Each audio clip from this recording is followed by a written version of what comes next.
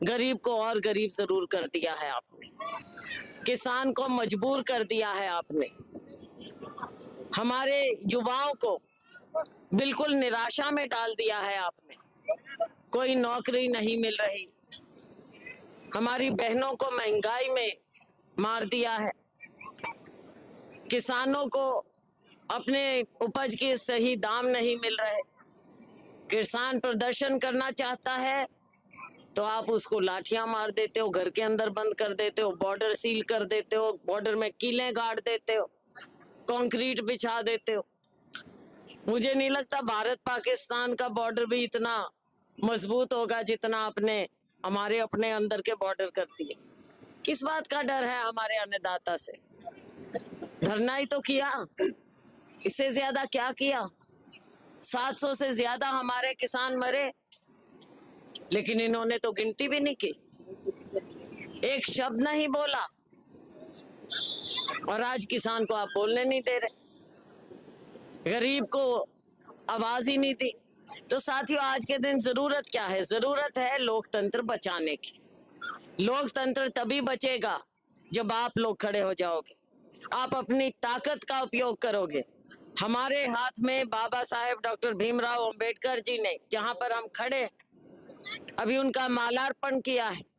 सबसे बड़ा हथियार इस देश को, आम नागरिक को दिया है, वो है वोट का अधिकार।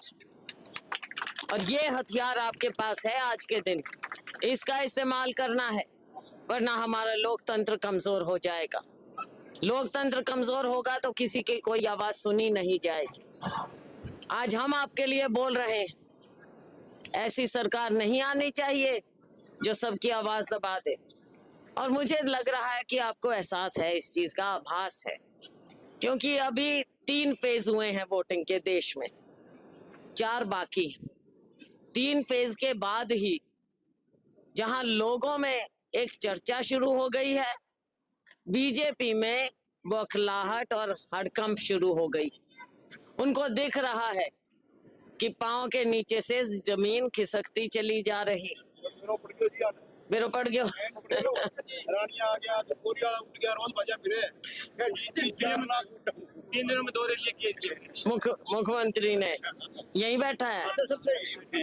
तो भाई सबसे ज्यादा तो सिरसा वालों ने डरा रखा है।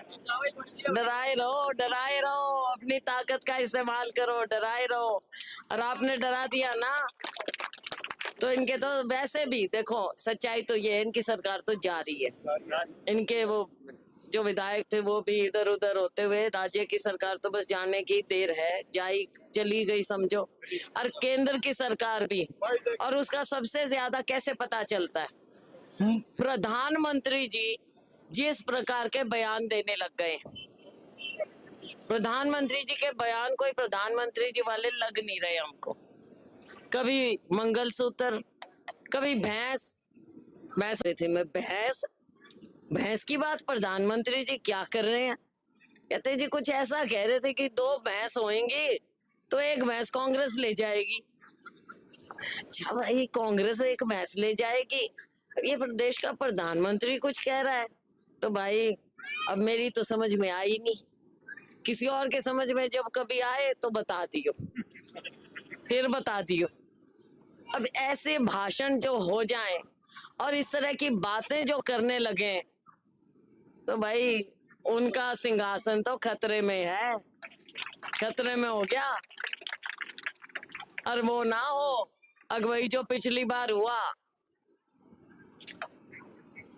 राम राम, राम राम, जयराम जी की। जयराम आश्रम है हमारा, बहुत बड़ा आश्रम, हमारे ब्रह्म स्वरूप जी, ब्रह्मचारी जी।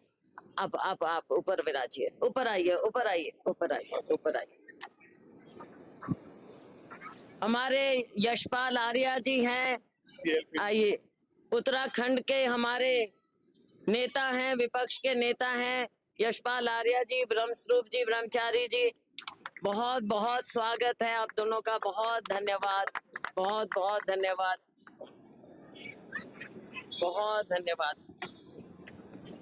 बहुत धन्यवाद, बहुत धन्यवाद ब्रह्मचारी, बहुत हमारे सम्माननीय हैं और बहुत स्वागत है आपका ब्रह्मचारी जी। तो साथियों, मेरा कहने का मतलब ये है कि अब देखो हमको तो हर तरफ का आशीर्वाद मिल रहा है, और ये जो बनते हैं ना ठेकेदार धर्म के, अब आप देख लो धर्म भी किसकी तरफ है।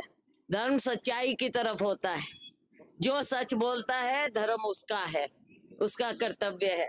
तो भाई भाजपा सच बोलना नहीं सीखी और हमने झूठ कभी नहीं बोला।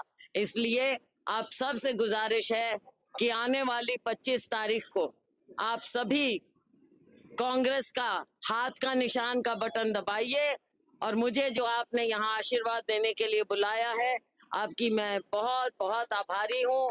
आप और हम मिलकर जीतकर पूरे इलाके की सेवा करेंगे। बहुत बहुत धन्यवाद।